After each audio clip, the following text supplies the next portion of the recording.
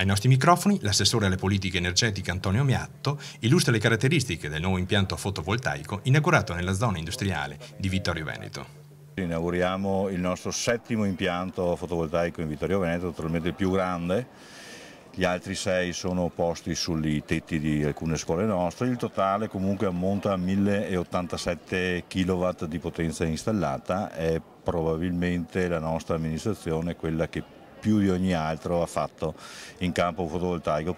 Il suo costo è di 4.200.000 euro, arrotondiamo, che con oneri finanziari compresi, che si dilungano in 18 anni, porta il costo totale a poco meno di 8 milioni di euro.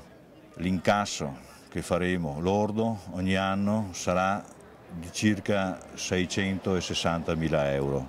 A questo introitato lordo si detraggono i costi finanziari, i costi della manutenzione completa di tutto quello di cui c'è bisogno, compresi anche 6 sfalci all'anno, e l'assicurazione contro tutti i rischi, che copre qualsiasi rischio.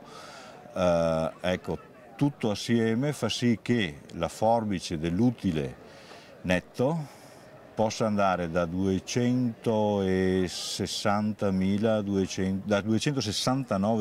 242.000 all'anno. Ci rimettiamo buona parte dell'IVA, non essendo l'amministrazione comunale soggetto IVA, per cui diciamo che più di 200.000 è sicuro che sarà il margine netto che annualmente ci accompagnerà fino al 18° anno.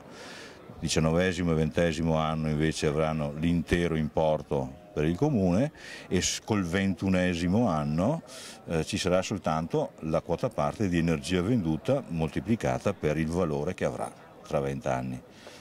Con la qualità di questi componenti che abbiamo usato si prevede che fra 30 anni sia ancora qua che sta facendo la sua parte. L'intero perimetro è allarmato, per cui basta semplicemente toccarlo, che una dozzina di telecamere automaticamente si puntano dove eventualmente la recinzione viene toccata. Il tutto è monitorato appunto sempre da 12 telecamere. L'assicurazione non ha avuto nessuna difficoltà a coprirci di tutti i rischi, comprensivo anche degli eventuali danneggiamenti, a un costo molto contenuto, proprio perché sono elevati gli standard di sicurezza che abbiamo implementato.